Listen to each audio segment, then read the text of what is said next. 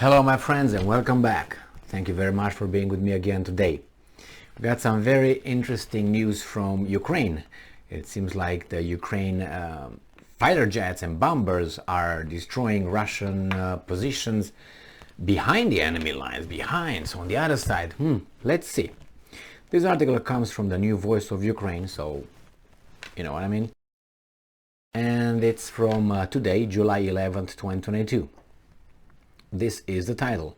Ukrainian warplanes hit enemy behind lines, ammunition depots and command posts on fire.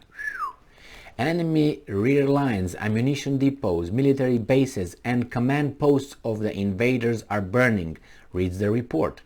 This is an excellent result of the work of Ukrainian artillery, air force and soldiers, as well as special operations forces and the resistance movement. Over the day on July 10, Sukhoi 25 attacked aircraft and Sukhoi 24M bombers covered by MiG-29 and Sukhoi 27 jet fighters destroyed an enemy command and observation post, a field ammunition depot, a command and a control post, 10 armored combat vehicles and soldiers with the Russian invading forces. I have one question. I need a clarification. Did those planes return? Just a joke. Don't be upset now.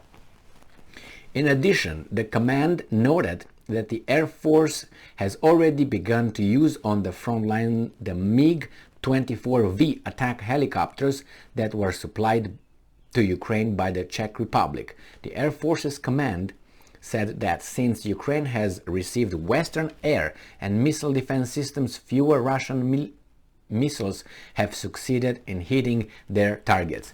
This is the hint. More. All right, well, we have here that in addition, the command noted, no, that's the one with the targets, Ukraine made repeated requests for such systems at the beginning of Russia's full-scale invasion of the country at the end of February, but they were delivered and put in use only recently. Translation: because you mofos, look how many people died and how much destruction the Russians were able to inflict on us and on everybody else because you didn't deliver those things earlier. See how good they work now? We'd kick their ass. So, since you didn't deliver that, it's your fault. So actually, it's not actually the Russians now, it's the West and the Russians. So, you know, I told you that little story with a certain kind of group that on this planet that has this kind of mentality. You know, you can help that group, you help him, help, but then he's gonna come today and say, hey, give me some help. And I say, wait a second. I helped you yesterday, I helped you the day before, I helped you last year, I helped you 2 years ago, I helped you within the past 10 years. What? And he said, well, the group is going to say, yes, but what did you do for me today? You didn't help me yet today. So you see, you can never satisfy certain people. The same in these guys. So this guy, that was the reason why. You think it was not that? So those guys over there say, oh, time out, don't say it. This is the same thing as it was with the pipeline, with the turbine for the pipeline for Nord Stream 1 pipeline that used to run at 40% capacity. Today was shut off. I just made a video on that. It was shut off by the Russians for maintenance until the 21st of July. So it's going to be just a short time. But I think, as I said over there in a video, this is just a drill for the Germans to get used for the winter without gas, so they can practice, you know, get used to it. And so it's just that it's the same thing with Ukraine blaming the Canadians for, you know, what did you do for me today? Blaming the Canadians for returning the repaired Siemens piece turbine to the Russians, so the Russians could put it to work, functional, so they can give gas to Germany. So the Ukrainians are upset that the Germans will have eventually. That would be the consequence. If they don't, the Russians don't get a turbine, Germans are not going to have gas.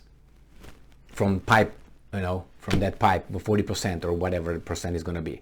If they deliver it, Germany will have. And Ukraine was upset about it. It was upset that Canada will repair it and send it to the Russians so they can put it over there, install it, so the German people who help them a lot can have gas.